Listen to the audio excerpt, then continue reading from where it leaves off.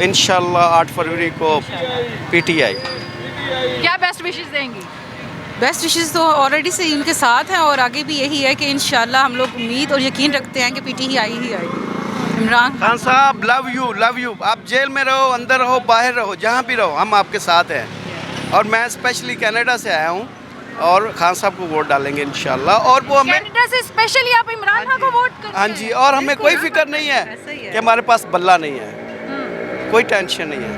आवाम को खिलाड़ी होता है। खिलाड़ी होता है और जितनी अवेयरनेस आ गई है कोई मसला ही नहीं। मुस्लिम लीग नून वाले तो कह रहे हैं जो अवेयरनेस है ये बदतमीजी है, क्या कहें? बदतमीजी तो वो करते हैं जो वो तो 88 से बदतमीजी कर रहे हैं ना। बेनज़ीर की तस्वीरें उसकी वालदा की और उसके बाद जमाइमा खान, उसके बाद बुशरा बीबी।